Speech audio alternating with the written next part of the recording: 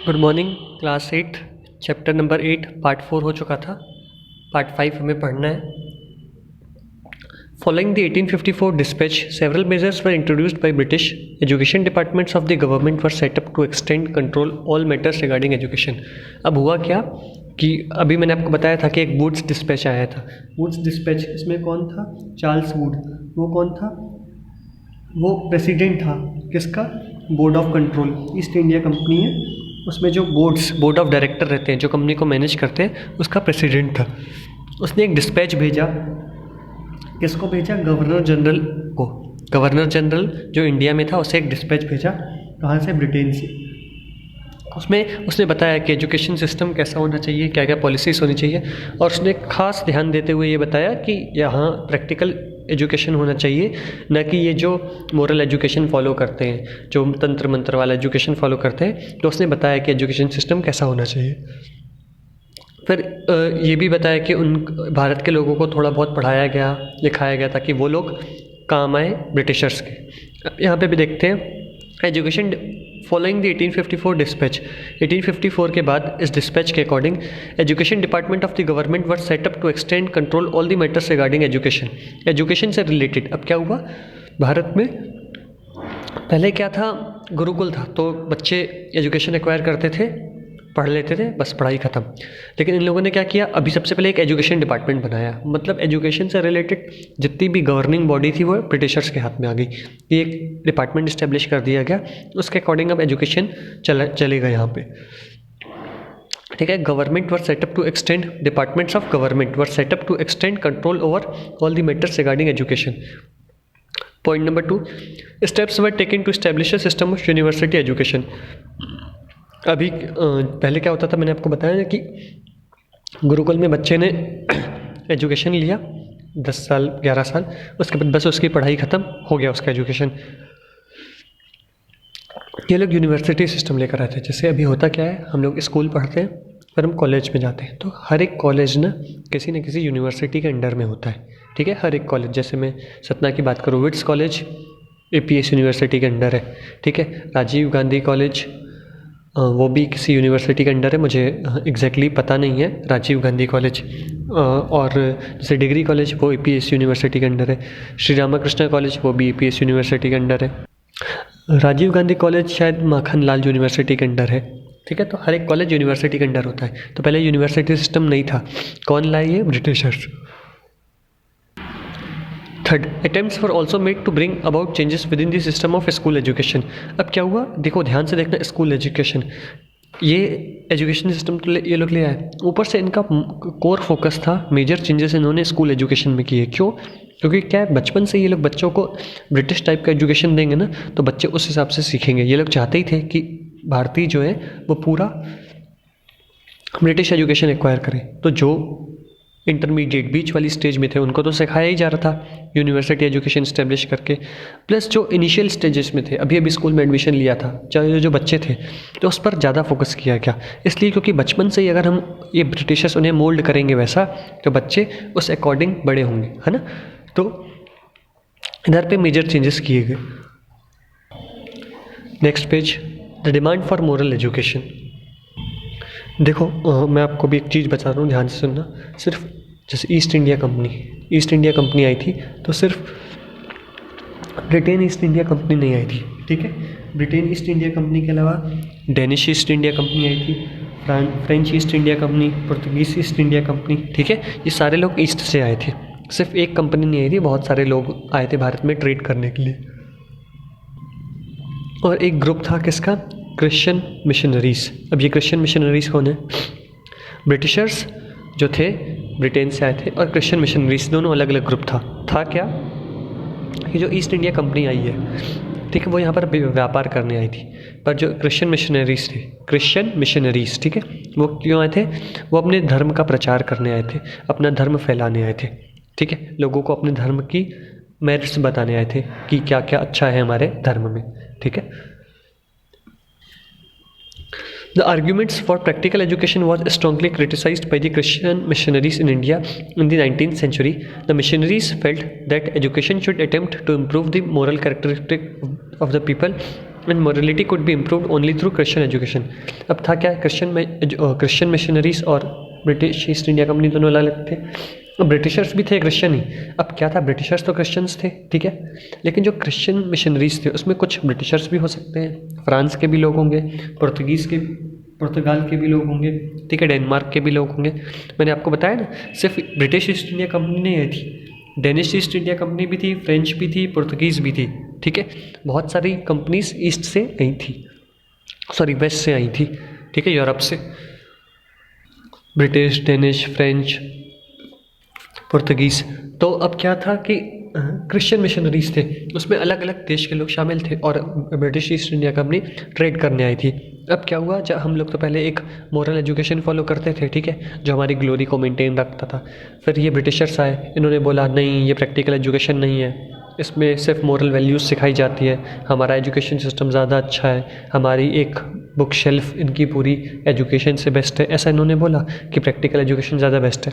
फिर Christian missionaries आए, फिर इन्होंने बोला नहीं, प्रैक्टिकल एजुकेशन नहीं, मोरल एजुकेशन ज़्यादा बेस्ट है, ठीक है। अब देखो, दोनों बातें यही लोग कर रहे हैं, हम तो कुछ बोल ही नहीं रहे। पहले हम अपना एजुकेशन सिस्टम फॉलो करते थे, ये लोग आए ब्रिटिशर्स, इन्होंने बोला प्रैक्टिकल एजुकेशन पढ़ो, ये ज़्यादा यूज़फुल है, ठीक है, मतलब अपने हिसाब से हमको तैयार किया। फिर क्रिश्चियन मिशनरीज आए, इन लोगों ने बोला कि नहीं, मोरल एजुकेशन पढ़ो, और वो भी कैसा मोरल एजुकेशन, इन्होंने बोला है moral characteristic of the people in morality could be improved only through Christian education. Moral education भी कैसा, हमारे भारत का नहीं, क्रिश्चियन वाला, ठीक है, क्रिश्चियन एजुकेशन जो है उससे मोरलिटी बढ़ेगी, ऐसा इन्होंने बोला। Until 1813, the East India Company was opposed to missionaries' activities in India. It feared that missionaries' activities would provoke reaction amongst the local population and make them suspicious of British presence in India.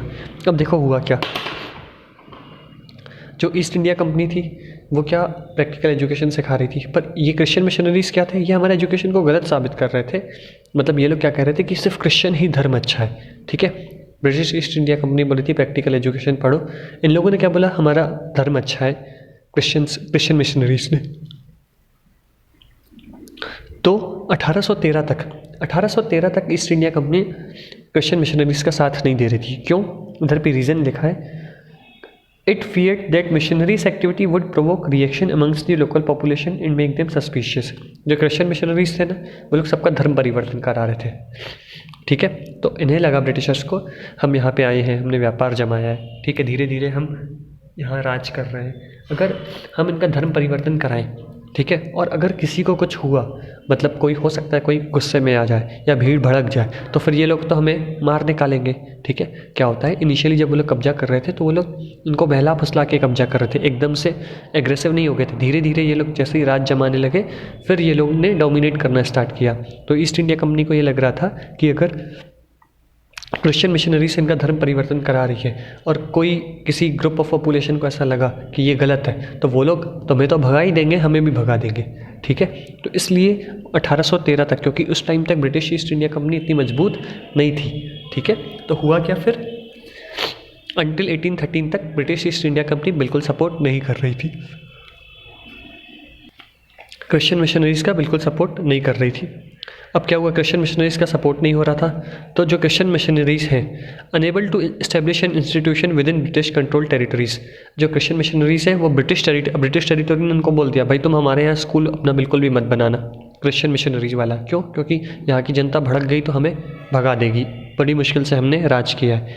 तो जहाँ जहाँ पे British territory थी, ठीक है, जहाँ जहाँ पे ब्रिटिश ईस्ट इंडिया कंपनी थी, मैं बोल रहा हूँ ब्रिटिश ईस्ट इंडिया कंपनी जहाँ जहाँ पे थी, लिखा है with in British control territories, वहाँ पर क्रिश्चियन मिशनरीज इंस्टीट्यूशन नहीं बना पाए। उन्होंने बनाया, पर कहाँ बनाया कि हो सकता है कहीं पे फ्रेंच ईस्ट इंडिया कंपनी हो, चाहे कहीं पे डेनिश हो, ठीक है, कहीं पे पुर्तगीज़ हो, वहाँ पे बनाया। पर ब्रिटिश ईस्ट इंडिया कंपनी की जहाँ जहाँ हुकूमत थी, जहाँ राज किया था, वहाँ पर नहीं बना पाए, क्योंकि ब्रिटिश ईस्ट इंडिया कंपनी ने बोल रखा था हो सकता है इंडियंस एग्रेसिव हो जाए तो ये पलटकर हम पे ही वार कर देंगे, क्योंकि हम उनका धर्म परिवर्तन करा रहे हैं। तो उन्होंने इस्टेब्लिश नहीं किया जहाँ जहाँ पे ब्रिटिश का कंट्रोल था। The missionaries set up a mission at Serampore. तो उन्होंने कहाँ पे सेटअप किया, सिरमपुर। सिरमपुर क्या है, कोलकाता के पास की जगह है। In an area under the control of Danish east India company. मतलब जहाँ पर ब्रिटिश ईस्ट इंडिया कंपनी का कब्जा था वहाँ पर इंस्टीट्यूशन सेटअप नहीं हो पाया, जहाँ पे डेनिश ईस्ट इंडिया कंपनी का था वहाँ पर एजुकेशन अपना एक इंस्टीट्यूशन क्रिश्चियन मिशनरी वाला सेटअप कर दिया, ठीक है, जहाँ पे डेनिश ईस्ट इंडिया कंपनी, कहाँ पर, सिरमपुर में, ये कोलकाता के पास की जगह है। अब एक प्रिंटिंग प्रेस भी सेटअप हुई 1800 में, और एक कॉलेज भी स्टैब्लिश हुआ 1818 में। देखो उनका मेन एजेंडा क्या था क्रिश्चियन मिशनरीज़ का, अपने लोगों को धर्म में परिवर्तन कराना, सबको क्रिश्चियन बनाना और अपने धर्म का प्रचार प्रसार करना, ठीक है। ये लोग बोलते थे क्रिश्चियन एजुकेशन फैलाना, क्रिश्चियन मिशनरीज, और वो लोग आए थे किस लिए, बोल रहे थे प्रैक्टिकल टाइप का एजुकेशन फॉलो करो, मोरल एजुकेशन फॉलो मत करो, और उनका काम क्या था, पैसा कमाना यहाँ से। Over the 19th century missionaries schools were set up all over India. Over the 19th century तक, आफ्टर 1850 मिशनरीज स्कूल सेटअप हो गए ऑल ओवर इंडिया में। जैसे देखते हैं ना missionaries school, Christokula mission higher secondary school, ठीक है। तो अभी ये जो एग्ज़ाम पैटर्न होता है ईयरली, ठीक है, ये किनकी देन है, ये अंग्रेज़ों की देन है कि पढ़ो हर साल एग्ज़ाम होगा, पढ़ो हर साल एग्ज़ाम। गुरुकुल जब पहले एजुकेशन थे तब ऐसा नहीं होता था, ठीक है। आफ्टर 1857 हाउएवर, लिखा है after 1857 however the British government in India was reluctant to directly support missionary education. क्या हुआ, जैसे मैंने यहाँ बोला ना, अंटिल 1813 तक तो सपोर्ट नहीं किया, उसके बाद ईस्ट इंडिया कंपनी ने सपोर्ट किया। क्यों, क्योंकि ईस्ट इंडिया कंपनी उसके बाद मजबूत हो चुकी थी, ठीक है, मजबूत हो चुकी थी, मतलब उसने पूरे पाँव पसार लिए थे, धीरे धीरे उन्होंने यहाँ के लोगों को बहला फुसला कर यहाँ पे राज करना स्टार्ट कर दिया था। तो राज करना स्टार्ट कर दिया था तो 1857 में आपको याद हो एक रिवॉल्ट हुआ था, द फ्रीडम स्ट्रगल ऑफ 1857, ठीक है। तो उस रिवॉल्ट का एक मुख्य कारण ये था कि क्रिश्चियन मिशनरीज़ जो हैं वो सपोर्ट कर क्रिश्चियन मिशनरीज़ लोगों का धर्म परिवर्तन करवा रही थी। फिर कुछ समय बाद ब्रिटिश ने 1813 के बाद सपोर्ट करना स्टार्ट किया, तो फिर एक वॉर हो गया। तो आफ्टर 1857 ब्रिटिशर्स तो बिल्कुल अब तैयार नहीं थे इनको सपोर्ट करने को, इसलिए क्योंकि अगर ब्रिटिशर्स सपोर्ट करते, फिर अगर एक वॉर होता, तो क्या ब्रिटिशर्स जो यहाँ से पैसा कमा रहे थे नहीं कमा पाते, है ना। भले ही इंडियंस कितने भी कमज़ोर हो, लेकिन फिर इंडियंस अगर एग्रेसिव होते तो फिर उनका बहुत नुकसान होता। आफ्टर 1857 हाउएवर, अब इधर पे ब्रिटिशर्स ने बिल्कुल मना कर दिया। The British government in India was reluctant मतलब बिल्कुल भी इच्छा नहीं थी, असहमति थी ब्रिटिशर्स की कि सपोर्ट किया जाए क्रिश्चियन मिशनरीज को। Reluctant to directly support missionary education, there was a feeling that any strong attack on local custom, practice, belief and religious ideas might enrich native opinion. उनको ऐसा लगा अगर कोई भी हमने इन पर रिलीजियस अटैक किया, इनके कस्टम्स को चेंज किया, तो फिर से एक रिवॉल्ट खड़ा हो सकता है, ठीक है। तो यहाँ तक हो चुका है, थैंक यू। नेक्स्ट पार्ट हम कल पढ़ेंगे।